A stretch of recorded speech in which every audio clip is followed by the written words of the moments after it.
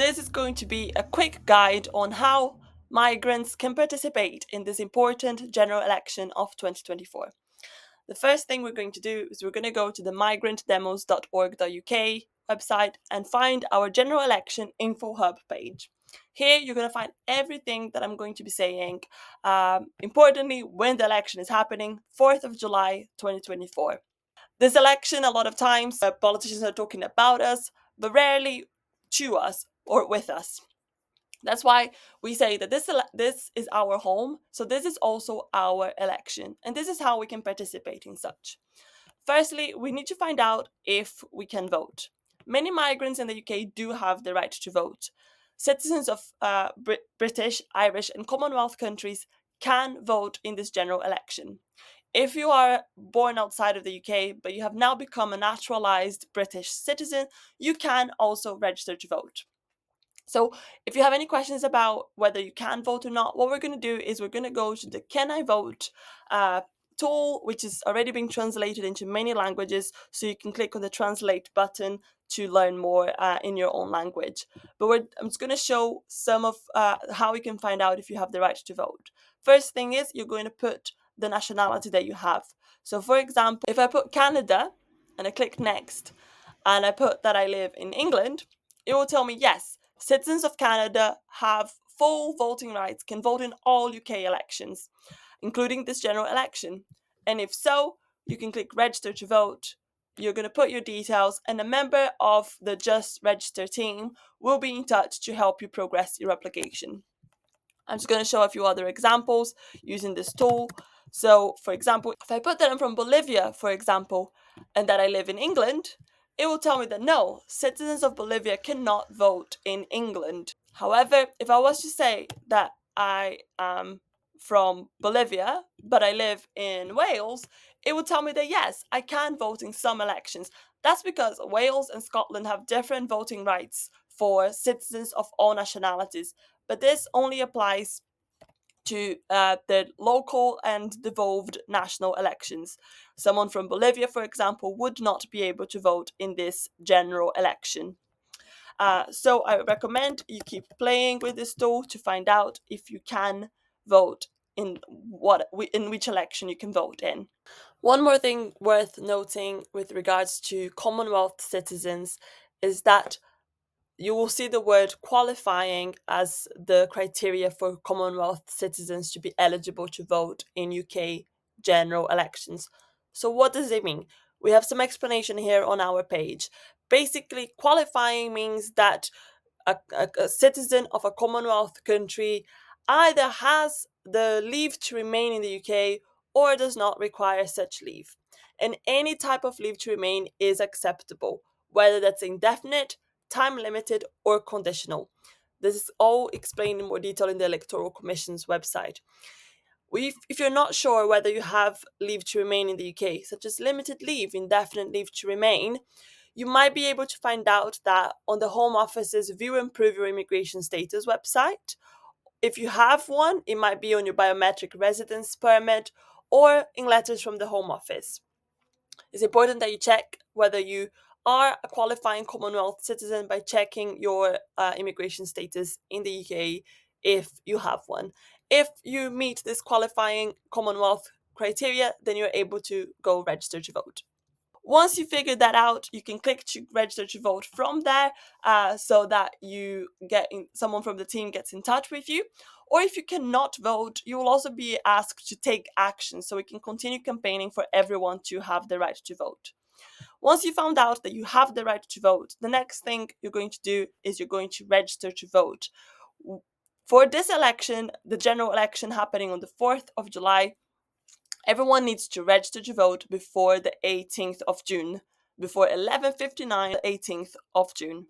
Registering to vote is really quick and easy, and if you've started from the Can I Vote tool, it will tell you straight away to register to vote from there. If you're doing this as a group and you've got someone and you want to start a registration process straight away, what you can do is you can go to the gov.uk/register to vote page, or just simply Google register to vote.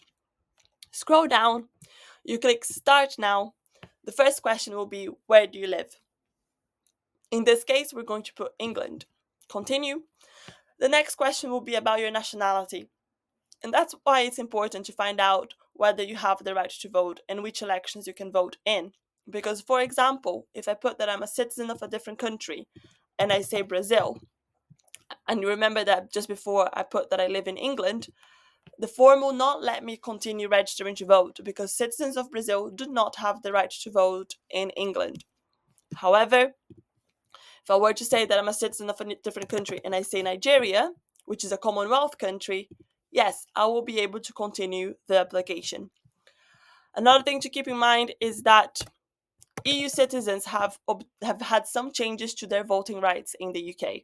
So, for example, if if you see here, I put that I'm a citizen of a different country and I say Italy and I click continue, the next question will be asking about my how long I've been living in the UK and if I've got lawful status in the UK. That's because since the UK has left the European Union, there's been some changes to the voting rights of EU citizens.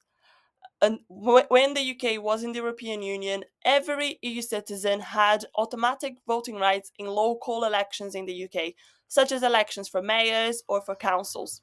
However, due to the UK's departure from the European Union, something called the Elections Act has been put forward in Parliament, which has changed the voting rights of EU citizens. So, EU citizens who arrived in the UK by the 31st of December 2020 continue having the right to vote in local elections in England and Northern Ireland. EU citizens who arrived in the UK from 2021 onwards only have the right to vote in local elections in England and Northern Ireland if their country of origin has a bilateral voting rights agreement with the UK. And at the moment, only Poland, Luxembourg, Portugal, Spain, and Denmark have these bilateral voting rights agreements. If you remember, I said Scotland and Wales have different voter eligibility. So EU citizens in Scotland and Wales all continue having the right to vote as long as they have some form of lawful status, because Scotland and Wales have a system where every resident, no matter where they're from, have the right to vote. But you will see this on the voter registration form. And even though EU citizens cannot vote in the general election, they can still register to vote at any time and be ready to vote for when there is a local election in their area. So if you are doing the voter registration form and you put that you are from an EU country, it will ask you if you have been living in the UK since the 31st of December 2020.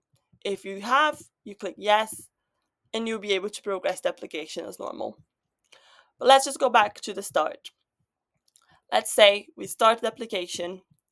We say that we live in England and that we are from a Commonwealth country, such as Malawi. We put citizen of a different country, we put the country that we're from, we click continue. The next question will be about our date of birth. You put yours in. You then click continue. The next question will be about your full name. You put your first, your middle name, and your last name, not initials. Once you finished your name, you click continue. It will also ask if you have ever changed your name, and if you have, you say yes, and you will ask about what your name was previously. I would say no, but you can also choose to say that you prefer not to say. The next question will be about your national insurance number. If you do have a national insurance number, this is where you are going to put it in. It's really important if you do have a national insurance number to put it here. If for whatever reason you do not yet have a national insurance number, such as for example, you have recently arrived in the UK and you have not yet got your national insurance number, you can say here, I cannot provide my national insurance number and explain why, such as I have recently moved to the UK and I have not yet got my national insurance number. However, if you do have it, you write it down here and then you click continue.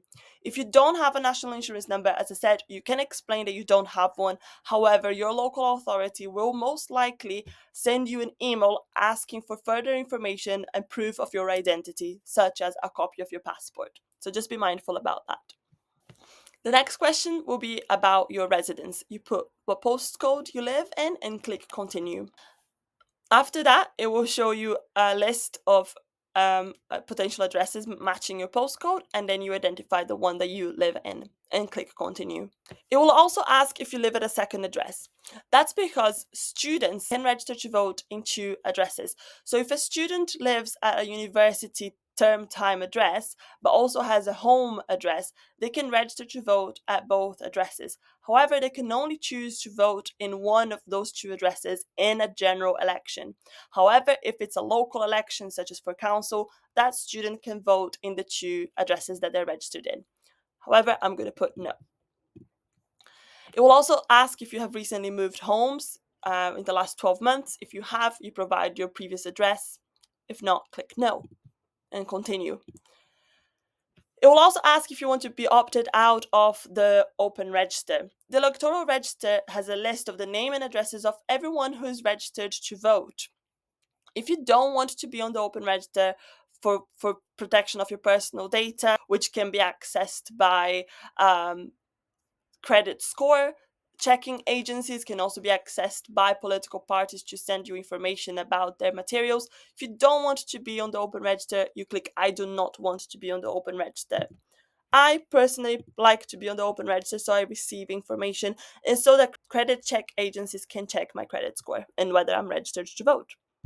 The final questions will be about how the local authority can contact you. So, as I said, they might have some questions about your identity if you, for example, have not been able to provide your national insurance number. In here, you'd put your contact, your phone number, and your email address and click continue. Finally, you're going to have to check if your answers are all correct. If there's anything that needs to be changed, you click change. Otherwise, you scroll down and you click I accept and send my application. Once that's done, you're going to be registered to vote, and soon you're going to receive information about where to go vote on the day of the election. After that, you can come back to our general election info hub page and find out more about the options how to vote on the 4th of July. You can choose to vote in person where you actually go to the polling station on the day of the election. You can choose to vote by post. I've got all the information here. You can choose to vote by post where you receive the ballot paper at your home. However, you need to apply for a postal vote by the 19th of June, or you can apply to vote by proxy where someone goes and votes on your behalf. If you choose to vote in person, which is the most common way of voting, please remember that polling stations are open on the 4th of July between 7 a.m. and 10 p.m. And now you do need to show a photo ID when you go to vote, such as your passport, your driver's license. Here on our website, we've got a full list of IDs that are acceptable. I've got more information here about how this election works, and importantly, what to do if you cannot vote. Many of us, as I've shown, don't have the right to vote in this important election. Still, the outcome of this election will affect us. So we are campaigning for everyone to have the right to vote. If that's you, take some action now. Write to your candidate and ask that they support the extension of the right to vote for all. And here you can download our materials, publish this information on social media, and help us continue campaigning for migrants' rights. Thank you.